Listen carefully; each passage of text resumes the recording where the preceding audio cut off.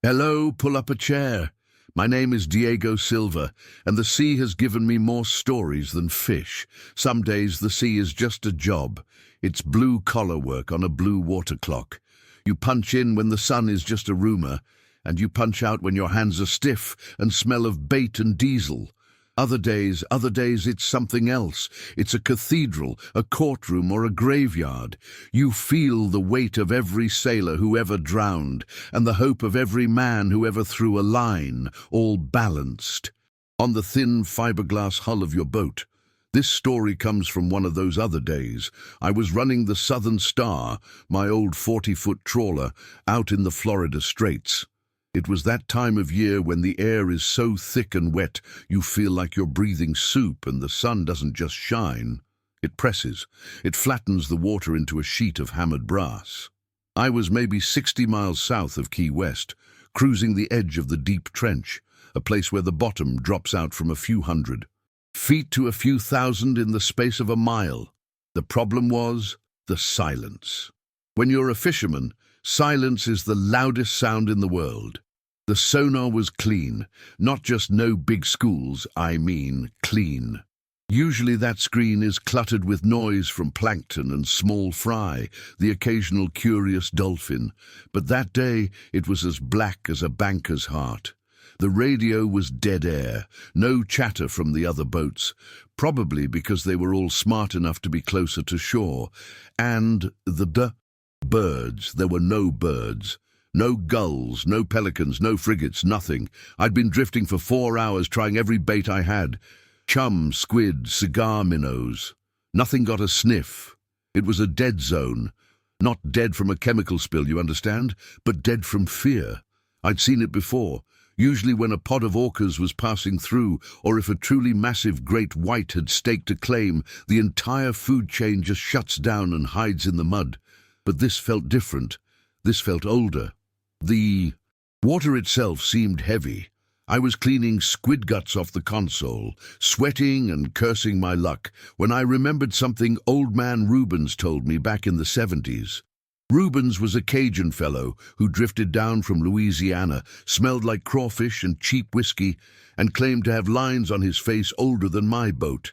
He'd seen me fussing with a new kind of lure one day and just laughed. "Diego," he'd said, his voice like gravel in a tin can. "You trying to catch the Guardian?"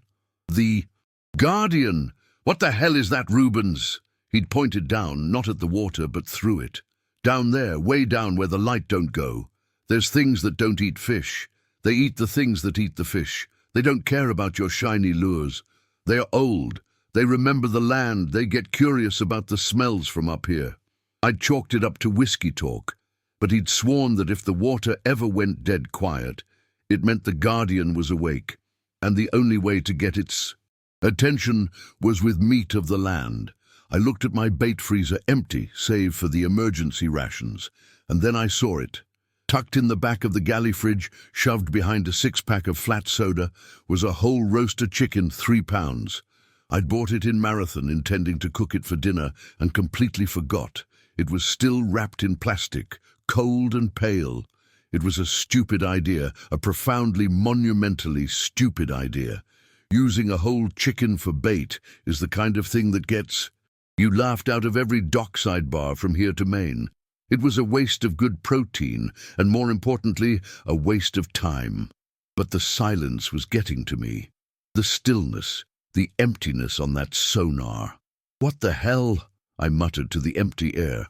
"Rubens, you crazy old bastard, this one's for you." I didn't use a normal rod. This was a job for the beast.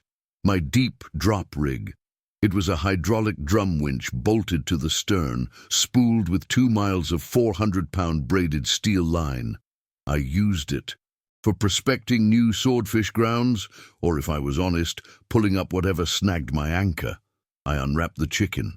It felt obscene, holding this pale, plucked land bird over the deep blue. I took a 20-0 circle hook, a piece of steel the size of my hand, and wrestled it through the bird's cavity and out its back, securing it with 6 zip ties. I attached a 20-pound cannonball weight just to get it down fast. I stood at the stern. The southern star just bobbed gently. The silence was absolute. I looked at the sonar, still black. I looked at the chicken. "Well," I said, "dinner is served." I hit the free spool lever. The cannonball snatched the chicken, and the whole rig vanished in a zip hiss of spray. The line counter on the drum spun like a runaway clock. 500 feet. The color of the water changed from blue to indigo. 1,000 feet. Past the range of the big marlin. 1,500 feet. Down where the light starts to die. The spool kept spinning. 2,000 feet. 2,500. This was the part that always got me. You're floating on the skin of the world, dangling a string into a place darker than night, colder than ice, with pressure that would crush a pickup truck into a hubcap. You aren't just fishing, you're knocking on a door you have no right to open. At 3,100 feet, the line stopped. I waited. Nothing. Maybe it hit the bottom, though I thought I had more depth than that. I put the winch in gear and took up the slack. The line went taut. I felt the weight of the cannonball and the chicken, a dull, heavy anchor in the abyss. I waited. 1 minute. 5. The sun beat down. A bead of sweat ran from my hatband into my eye, stinging, and then the rod, a solid foot-thick piece of fiberglass bolted to the gunnel, bent over. It didn't twitch, it didn't bounce. It bent slowly, deliberately, as if a tow truck had tied on and driven away. The winch motor, which could pull a small reef off the bottom, gave a high-pitched whine, and the line began to pay out. Click, click, click. Something had taken the chicken, something at 3,100 feet, and it was pulling. I slammed the drag tighter. The motor screamed, the pitch rising until I thought it would burn out. The entire boat, all 40 feet and 20 tons of it, groaned and began to list to port, the gunnel dipping toward the water. This wasn't a shark. A shark, even a monster, makes a run. It fights. This was just weight. It was hydraulic. It was like I had hooked the continental shelf itself. The line was still going out. The thing wasn't panicked. It wasn't running. It was just leaving, and it was taking my boat with it. I stared at the line cutting the water, realizing my hands were shaking. Old man Rubens's words came back to me. They get curious. This felt like a whole lot more than curiosity. I had done something terrible. I had rung the dinner bell for something that lived in the basement of the world, and now it was coming up to see who was home. The line kept screaming. The boat kept tilting. I looked for the knife to cut the line and realized with a cold pit in my stomach that the knife was in the galley, and to get to it I had to let go of the winch. The fight, if you can call it that, lasted for an hour and a half. It wasn't a fight.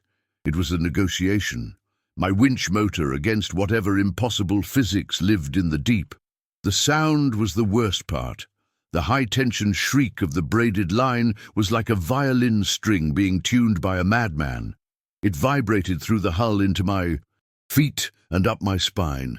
The electric motor on the winch was burning hot. I smelled ozone and hot copper. The stink of an engine pushing past its limits. The Southern Star was being dragged backward, south toward the even deeper water, leaving a churning white wake behind her bow. I was losing.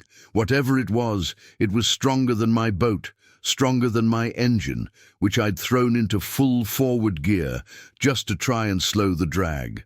The diesel roared, the prop churned, and still we moved. Backward, inch by agonizing inch. I had two choices: cut the line and lose 2 miles of expensive steel cable and the biggest rig I owned, or let this thing pull my stern under. Then, as suddenly as it began, it stopped. The line went slack. Not fully, but the terrible boat-dragging tension was gone. The winch motor gave a shudder of relief. My heart sank. It was gone. It had spit the hook. I put the winch in gear, my hands trembling with adrenaline and defeat. "Come on, Diego," I grumbled. "You knew it was a snag that moved." I hit the retrieve button. The winch groaned, the motor strained, and slowly the line began to come in. It was heavy, unbelievably heavy. The rod stayed bent in a deep, agonizing arc. It hadn't spit the hook. It wasn't a snag. It had stopped pulling and now it was letting me win, or it was coming up. The line counter ticked down. 3,000 feet. Tune 500. The motor whined, fighting for every inch. This thing was heavier than any tuna I'd ever hauled in. 2,000 feet. I could feel it even through the machinery. It wasn't fighting. There was no thrashing, no shaking of the head. It was just dead weight. A passive, colossal burden. 1,500 feet. The sun was passing its zenith. The heat was unbearable. 1,000 feet. 500 feet. I turned the engine off. The silence that returned was deafening, broken only by the hydraulic whine of the winch. I grabbed the longest gaff I owned. 100 feet. I looked over the stern into the deep indigo blue. I saw nothing. 50 feet. The cannonball weight breached the surface, spraying water. Then the heavy steel leader. Then the water didn't foam. It bulged like a submarine surfacing. A mound of oily basalt black rose from the depths. It wasn't skin. It wasn't scales. It looked like plates, like the overlapping ancient armor of some deep-sea crustacean or a reptile that time had forgotten. It was vast. I couldn't see a beginning or an end. The section that surfaced near my stern was wider than my boat was long. And the smell hit me. It wasn't the rot of a whale carcass. It wasn't fish. It smelled like copper, like ozone, like the air after a lightning strike hits the mud. The chicken was gone. The massive 20-kilo hook was embedded in a lip of flesh that looked less like meat and more like volcanic rock. I thought I'd hooked a creature. I was wrong. I had hooked a part of a creature, a tendril, an appendage, a tongue. It rose higher, and the water around the boat, which had been brassy and hot, suddenly turned cold. I could see my breath fog. The surface of the ocean went dead calm like glass reflecting the sky, and I realized why the sonar was clean. This thing wasn't in the ecosystem. It was the ecosystem. It wasn't a predator. It was a condition. The fish weren't hiding from it. They just couldn't exist near it. Its presence changed the water. It was the thing the fish are afraid of because it was the opposite of life. It was the cold, pressurized dark of the abyss made flesh. It moved. The plates of armor shifted, sliding over each other with a sound like grinding stones. It was moving toward the boat. It wasn't attacking. It seemed... Well, Rubens was right. It seemed curious. I scrambled backward, falling over the bait cooler, crab-walking until my back hit the galley door. I was panting, my eyes wide. And then the head of this appendage lifted from the water. It was not a head. It was a mass of articulated plates, and at the center of it was an eye. I've seen the eyes of whales, deep and soulful. I've seen the dead black marbles of a shark. This was neither. It was the size of my anchor. It was not black. It was a deep, swirling, absorbent blue. It didn't reflect the sunlight. It drank it. It was an eye built for a world of no light at all. It swiveled in its socket of black armor. It passed over the winch, the cabin, the radar mast. And then it found me. It stopped. It focused. It saw me. It's a strange feeling, realizing you're just a speck of dust sitting on something truly ancient. Makes you wonder what's really running the world down there. Time stops when you're being looked at like that. You're no longer a man. You're just meat, a curiosity. I was frozen, my back pressed against the wood, the gaff forgotten in my hand. That eye, it held no malice, no anger. That's what scared me the most. It held nothing but a cold, ancient, abyssal intelligence. It was looking at me the same way I might look at a strange beetle I'd found crawling on my deck. Something small, something temporary. The thing, the appendage, the tentacle, whatever it was, lifted higher. It was attached to something below, something that displaced so much water that the Southern Star began to rock violently, not from waves, but from the ocean itself being moved aside. It moved closer. The smell of copper and ozone was so strong it made my eyes water. It came right up to the stern, and it touched my boat. It wasn't a ram. It wasn't an attack.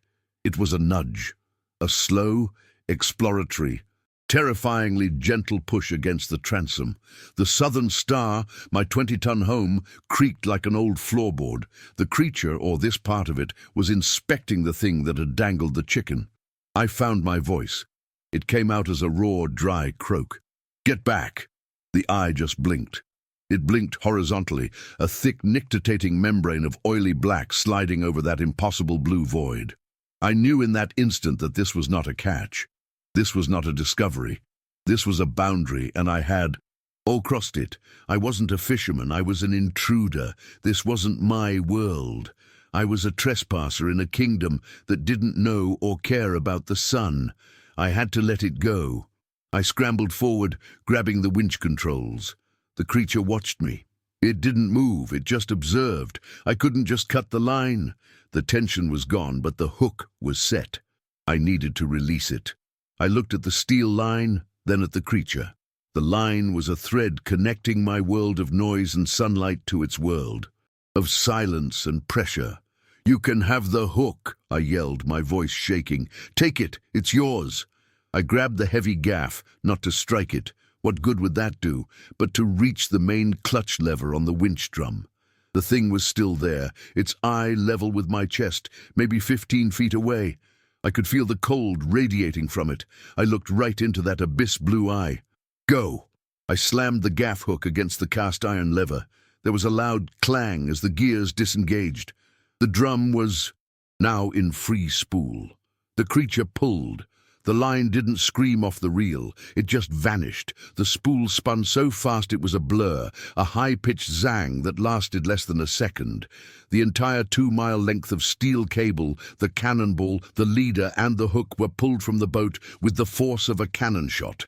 The end of the line whipped past my head with a sound like a bullwhip, and then it was gone. The creature, the part I could see, lingered for a second. The eye blinked one. More time. Then it didn't dive, it didn't swim away, it sank, it submerged vertically like an elevator going down. The water where it had been didn't just ripple, it imploded. A massive cold vortex formed, a whirlpool of foam and spray that grabbed the Southern Star's stern. The boat was sucked backward and spun a full 180 degrees. I was thrown from the controls, crashing into the bait box, my shoulder screaming in protest. And then silence. The real silence. The vortex smoothed itself out. The air was warm again. The smell of copper and ozone was gone. A gull landed on my bow railing. It squawked, looking for scraps. I lay on the deck for a long time, just breathing. The sun felt good. The sound of the gull was the most beautiful thing I'd ever heard. I got up, my whole body aching, and went to the helm.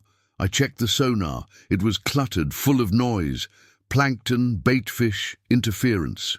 Life. I started the engine. The diesel rumble was a comfort. I turned the boat north and didn't look back. I never told anyone. Not the truth. I got back to the dock at Marathon well after midnight. I told the few guys still cleaning tables at the dockside bar that I'd snagged the bottom in the trench and lost my entire deep drop rig. They winced, bought me a beer for my trouble, and that was that. But I knew I'd knocked on a door, and the thing that answered wasn't a fish. It wasn't a whale or a squid. It was the thing that lives under the fish. It was the guardian, the keeper of the deep, dark, silent places. It was the thing the fish are afraid of, and I'm not ashamed to tell you it's the thing I'm afraid of too. The sea is a lot like time. You can skim the surface of it your whole life, but you can never truly know its depths. There are boundaries down there that we aren't meant to cross, and secrets we aren't meant to know. Sometimes, the greatest act of survival isn't fighting the monster. It's recognizing that you're in its house and having the wisdom to let go. Before we dive into this story, if you're enjoying these tales of terror and mystery, show some love by hitting that like button. It really helps the channel grow. And if you're new here, consider subscribing so you never miss a story. Trust me, you'll want to stick around for what's coming next. Drop a comment below and let me know. Have you ever experienced something unexplainable in the water? I read every single one. All right, let's get into it.